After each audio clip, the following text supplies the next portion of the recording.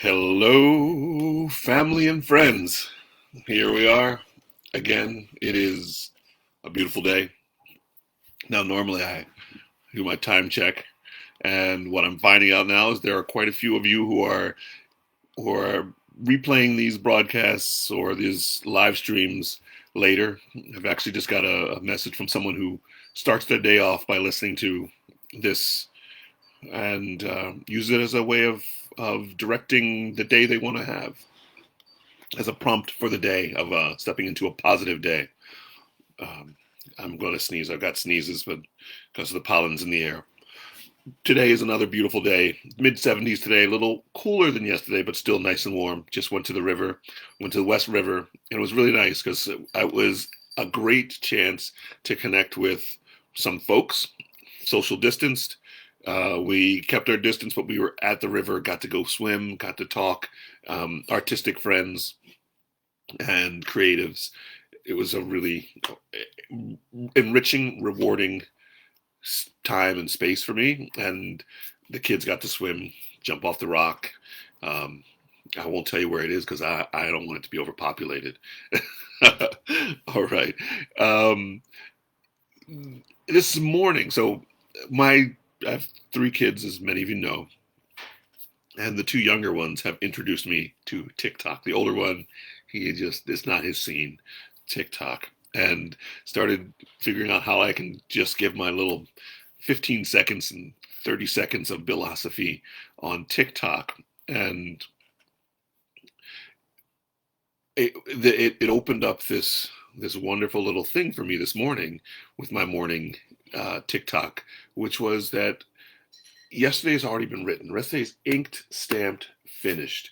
And today we open up a new page, and I use the analogy of a coloring book. Leslie, hello. Uh, I use the analogy of a coloring book, that this day, we know the shape of the day. It's 24 hours long, but we get to color into it with our joy and our happiness, and we can bring to life whatever we choose to color into that day. And and so it's a coloring book. Also, you're writing your story. Every day you are writing into your story. What is that story? And the beautiful thing is, yesterday being finished, that can actually be the end, and everyone slept peacefully. Today is the beginning of once upon a time. Once upon a time, a bold, brave individual woke up into a land of great mystery and wonder, not knowing that they were going to be the one that brought the light, that brought the space, that brought healing to a community that was needing it.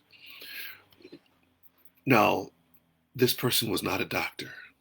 This person is not an EMT or a first responder. This person is me. And this person has love to share, has joy to bring, and hope to inspire. What is your story? What story are you telling? And in telling your story, are you telling a rehashing of yesterday or the other yesterdays or the teenager who was confused? What stories are you telling? And what story do you need to tell right now? Mr. Conklin. Yes, it's the soup bone right here. So Sean Conklin just popped in with soup bone. It's a wonderful thing that Charlotte. Thank you for joining on Instagram. It's a wonderful thing to be reminded of your past lives. So soup bone was the name that I kind of wore and still wear in the clown community. And it has a very unique spelling. It's SOUPBO capital NE, just so you know. And because there's always got to be a capital letter in there. I don't like the capital at the beginning. I like it somewhere in the middle, just so it's unique.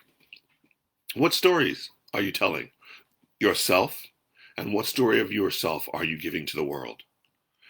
A really big question there. And how we tell that story, what we accept into our stories. One of those things that came to me right after that was commonly associated idioms. And the first one that really popped into my mind, and I've been working on trying to find a different way of saying this, is, and that idiom is to kill two birds with one stone. And it's quite violent.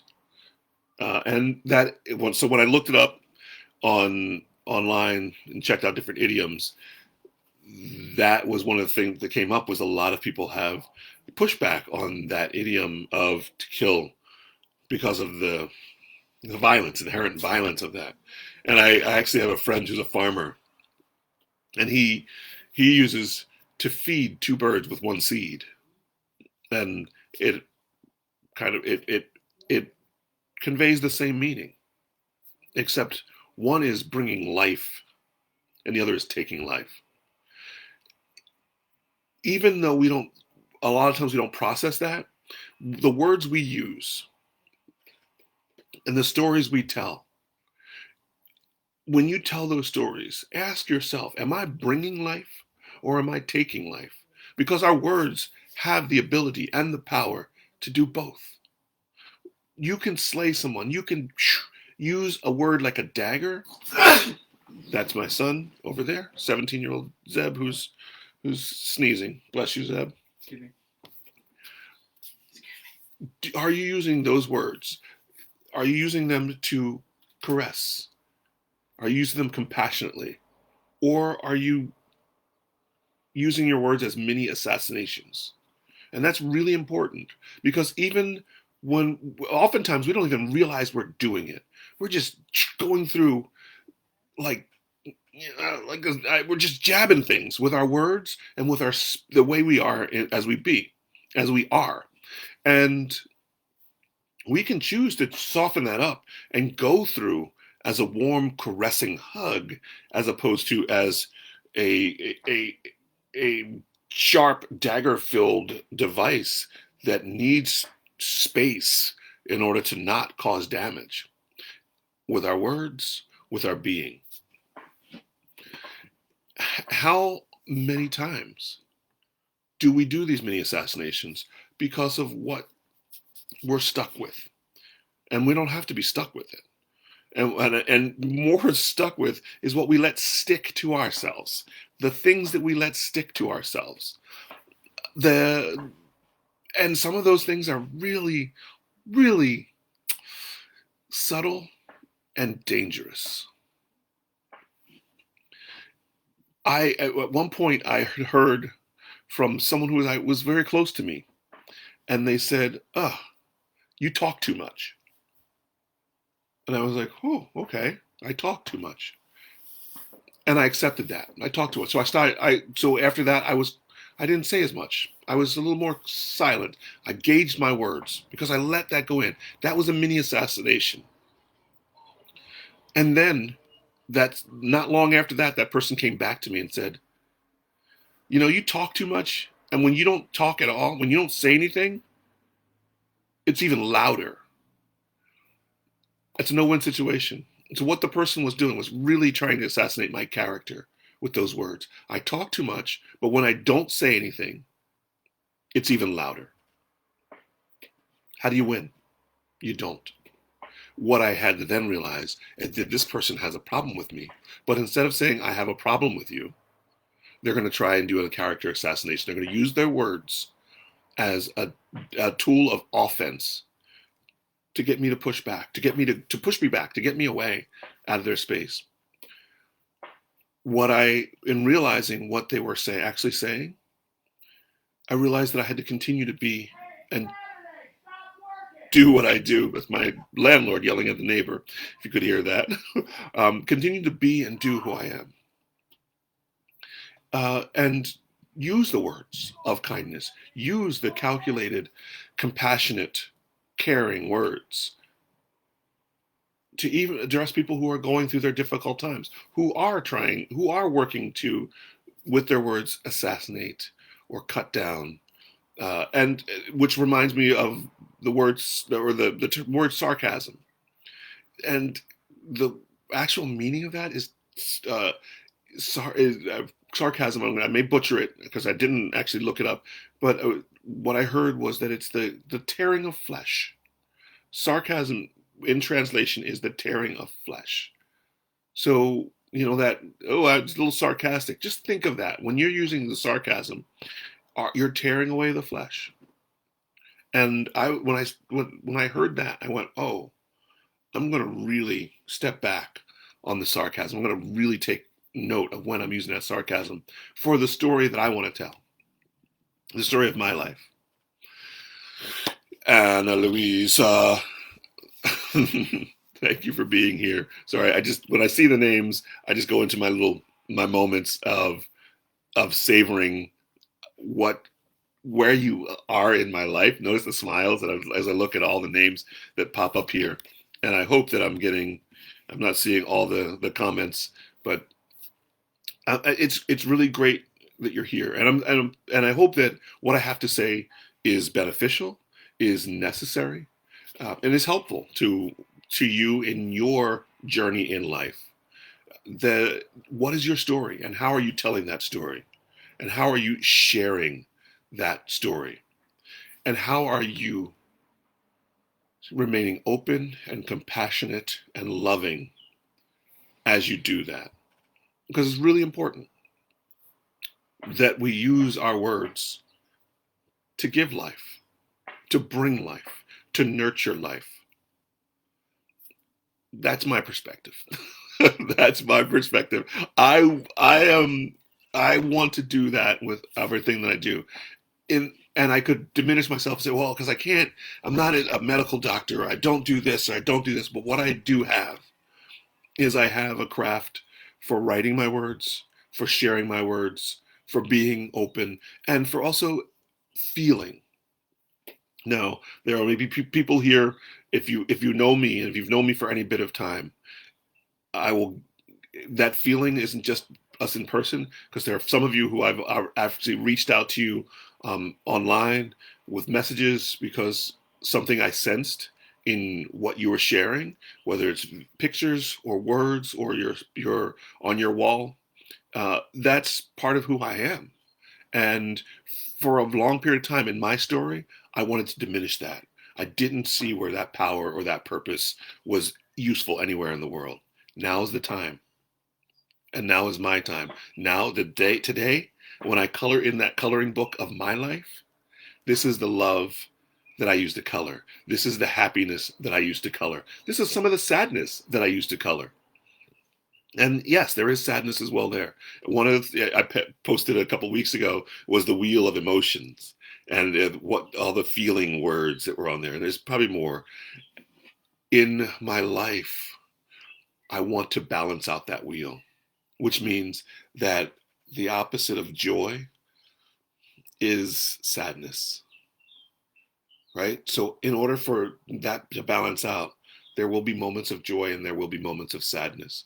And in those moments of sadness, I don't have to revel in them or wallow in them. I have to understand them or accept them and then say, it's time to move on to the next or the next, and keep balancing out that wheel. My hope is that I know every emotion on that wheel, and that I understand that it could be spun and I can find a spot on that wheel and know that it is part of me and is a loved part of me and is a cared for part of me, and it also nurtures me to wholeness. I also posted about did we earlier this week on characters and addressing the characters that we are when we are the caregiver, the uh, the first line of defense, the militaristic one, when we are the child, when we are the student, when we are the teacher, and all of those they are all of who we are. When if someone says, "Well, what makes you think you can teach?" All of us can teach. If we've ever learned, we can teach. We may not be skillful or crafty at it, but we can, and that's our story. That's your story. In this space of transformation that we're in our cocoons, it may be uncomfortable, And for many of us, it is very uncomfortable. But this is where we get to tap back into self, just to become self again. Tap into our wholeness so we can write that story, not waiting for someone else to tell you what your story is, but that you can then open your wings and share your story and fly and soar and let that story become a part of this universe. I went around. I went all over here with the storytelling thing. I hope that that I was cohesive and coherent. At this point, I am going to grab. Actually, before I grab a poem to read to you, what I would like for you to do, a little exercise. Take your arms, wrap yourself into a hug. Just get yourself into a hug. Come on. Close your eyes in your hug. Feel that hug. Feel yourself being hugged. Feel yourself hugging yourself. And as you close your eyes, place in your mind's eye someone special, someone super special, a parent, a brother, a sister, a great friend, your spouse, your child, your children. They can all fit in this hug. Put them in there. Just take one or two. Just take some, really put them in your mind's eye and just squeeze yourself into there. Squeeze that hug. Feel yourself hugging that person. Breathe it in. Just be in that hug for just a moment. And open your eyes. Release the hug.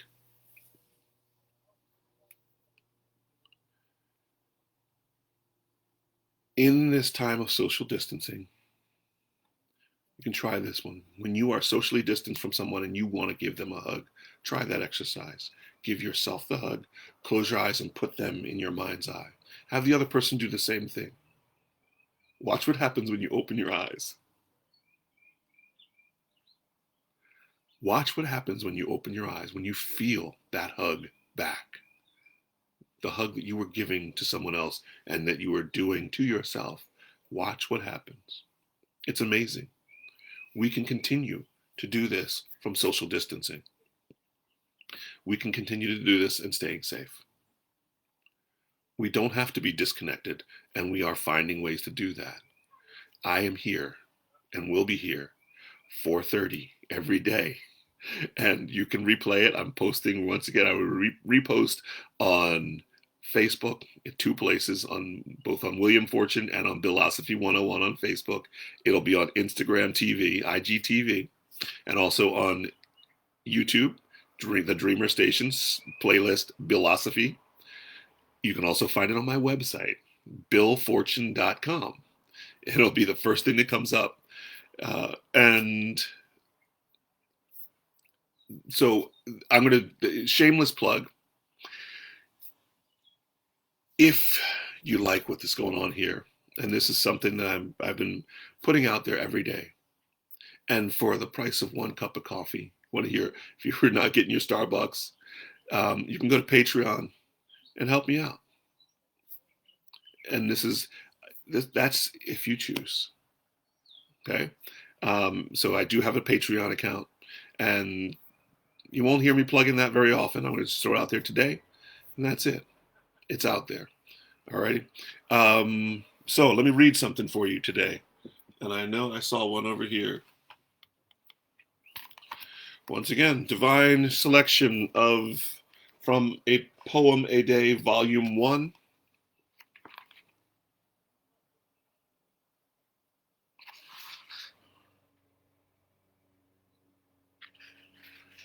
Extend. The reach of my soul exceeds the length of my body. My action becomes fantastic when I accept the boundaries of the mind are limitless.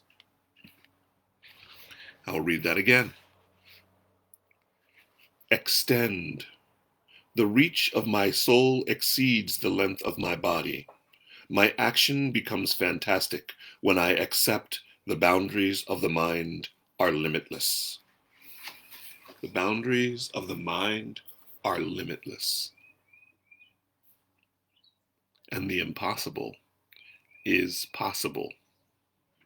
when you, I am possible. That's how you spell impossible. Alrighty, people. Thank you so very much. I am grateful that you joined me here today, and I hope that I will see you again tomorrow. I didn't even notice that all these comments were here. Oh my goodness. I didn't scroll because I'm just in the moment here. Thank you so very much. Kyle, is that you? Just making sure. Do I acknowledge Charlotte? I don't know if you're still here, but it looks like you were here. And stay safe. Be well. Move forward with passion and purpose. And know that you are enough. Go ahead and say it. I am enough. You are enough.